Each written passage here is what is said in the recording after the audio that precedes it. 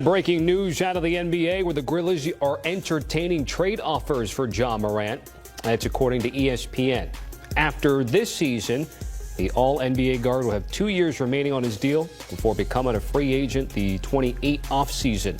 Grizzlies currently sit in 10th place in the West, have won just one playoff series during Morant's 7 seasons in Memphis. I'm Tommy Tran with Sam Quinn joining us here for the breaking news. So what's your reaction and thought process of what we're learning today, Sam? Yeah, if anything, I think they're a little bit late on this, right? We were having these conversations 2 months ago when they got off to that slow start. They missed Washington as a potential trade destination. The Hawks got there first, traded Trae Young there earlier in the week.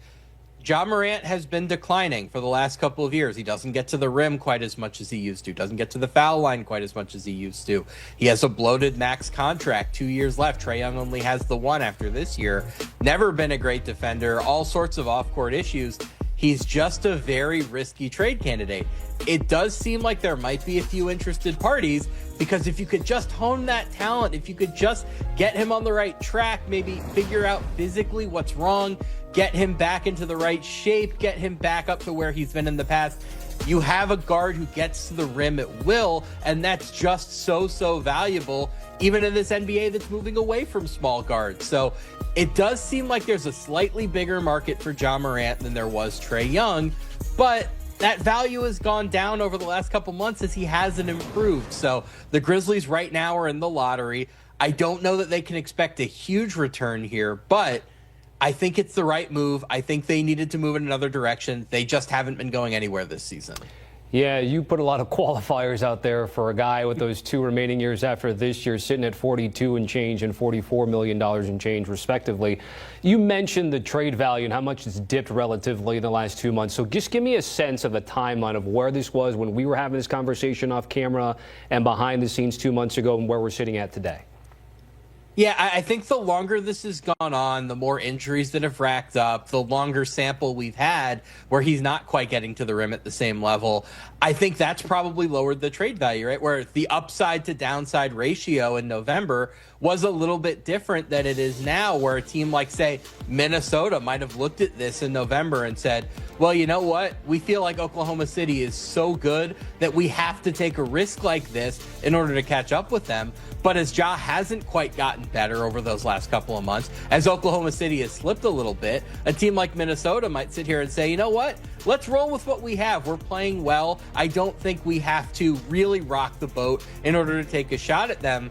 You know, I think the value now is probably slightly lower than it was a couple of months ago. This is going to vary very much from team to team, right? Everybody's going to look at the chances of getting him back on track differently. Everybody's going to have a different salary structure. I do think there's a little bit more appeal in Ja Morant at his best than Trae Young at his best, just given he has that very high value ability to get to the rim, whereas, you know, with Trae Young, it was a lot of pretty inefficient shots. So I do think there will be a little bit more interest there, but I do think the value is far lower than it's ever been. It's lower than Memphis certainly expected when they were putting out feelers in November. That being said, what are some potential landing spots you think?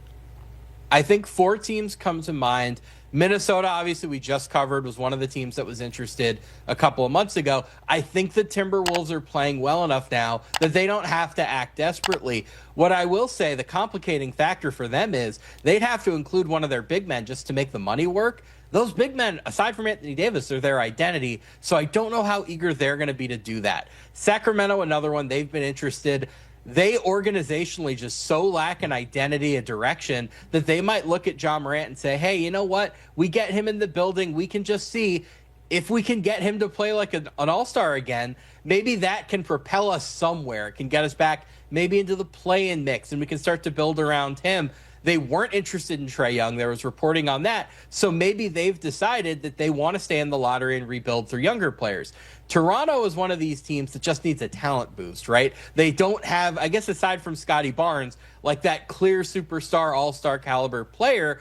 And they're already paying the luxury tax, so they're paying the budget for a contending team when nobody quite believes that they're ready to contend. They have a lot of mid-sized salaries that they could trade. They have their draft picks if that's what it takes. So that might be a team that might just look at this and say, hey, we're kind of in the middle here. We don't really have that much upside. Why don't we take the swing?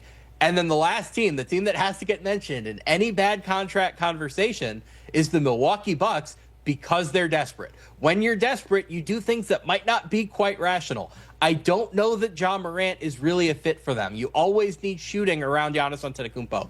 Their offense has not been the issue. They're second in the NBA in effective field goal percentage. They can't rebound. They can't defend. They turn the ball over too much. Those are the problems. I don't know that Ja Morant helps. But if you're trying to convince Giannis Antetokounmpo that you can compete long term, getting a younger all-star is probably a way to do that. So I wouldn't be surprised if the Bucks sniffed around this a little bit. I don't know the market is that robust, but with 4 possible teams that make some measure of sense, I think they'll be able to find a deal. Okay, we are sitting inside of 1 month to the trade deadline in the association, and Sam Quinn joining us here with the breaking news that the Grizzlies are reportedly open to entertaining offers for their superstar in Ja Morant. If you take a look at tonight's notable games, I'll just leave you with this. Ja Morant and where he ranks in franchise history.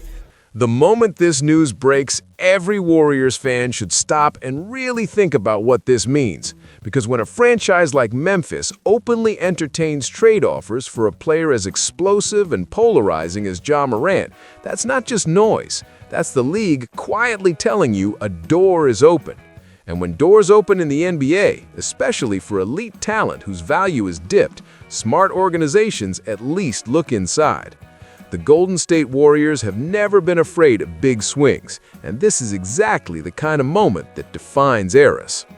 Ja Morant is not some random name being floated.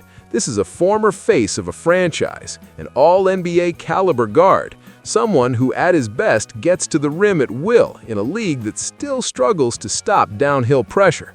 The conversation around him right now is filled with qualifiers, risk warnings, and contract talk, and that's precisely why the Warriors should be paying attention. Talent like this almost never becomes available without a premium price unless something shifts, and right now, his market has shifted. Memphis is sitting outside true contention, stuck in the middle, and the numbers don't lie. 1 playoff series win in 7 seasons is not what you build around forever. Add in injuries, declining explosiveness compared to his peak, and off-court concerns, and suddenly the Grizzlies are asking themselves the hardest question in sports. Is it time to move in a different direction? When a team starts asking that question, leverage changes, prices change, possibilities open. For Golden State, this isn't about desperation, this is about opportunity. The Warriors understand timelines better than almost any organization in basketball. Stephen Curry's championship window is precious. Every year matters. Every postseason run matters. You don't sit on your hands when elite upside appears, especially when the cost may never be lower than it is right now. Let's be honest about the risks, because they're real. Ja Morant hasn't been the same player physically. He doesn't get to the rim with the same frequency. He doesn't live at the free throw line the way he once did. His contract is heavy. His reputation carries baggage. But here's the part casual fans miss. Golden State is uniquely built to manage risk. This franchise has veteran leadership, championship infrastructure, and a culture that has rehabilitated careers before. They turned question marks into pillars. They turned system players into stars. They've always believed that environment matters. And imagine, just for a second, the basketball fit at its ceiling.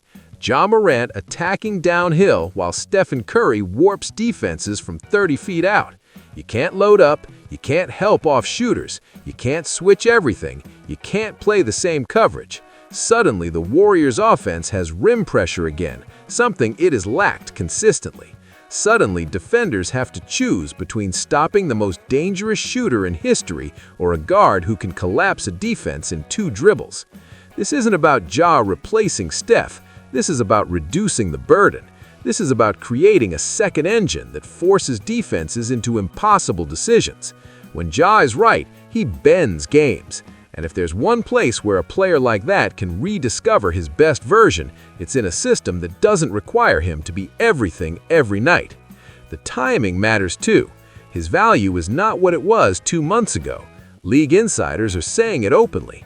Teams that once might have taken a bigger gamble are hesitating. That hesitation is exactly where championship organizations find edges. Golden State doesn't need to rush, but they absolutely need to monitor. This is how smart front offices operate. You don't leak interest, you don't make noise, you let the market come to you. There's also a psychological layer here. Ja Morant knows his narrative has shifted. Players at that stage either fold or refocus. A change of scenery, a chance to play meaningful games again, and the opportunity to be part of a winning culture can reignite careers. Warriors fans know this story. They've seen it before. And no, this doesn't mean a deal is imminent. It doesn't mean it's guaranteed, but dismissing it outright would be a mistake. This is the kind of high-risk, high-reward scenario that championship teams explore, especially when the alternative is wasting another year of Steph Curry's greatness. The Grizzlies are listening, the league is watching, and the Warriors, whether publicly or privately, would be foolish not to evaluate what this could mean. Sometimes the biggest moves don't come when value is highest, but when doubt is loudest. This is one of those moments. So, Warriors fans, ask yourself this honestly. If the price is right, if the risk is manageable, and if the upside is championship changing, do you want your front office to swing? Or do you want to watch another contender take that chance and wonder what could have been? Let me know what you think. Should the Warriors seriously consider Ja Morant if the opportunity presents itself? Is the risk worth the upside? Drop your thoughts in the comments, hit like if you want more Warriors trade breakdowns, and subscribe to Warriors Nation News so you don't miss what happens next.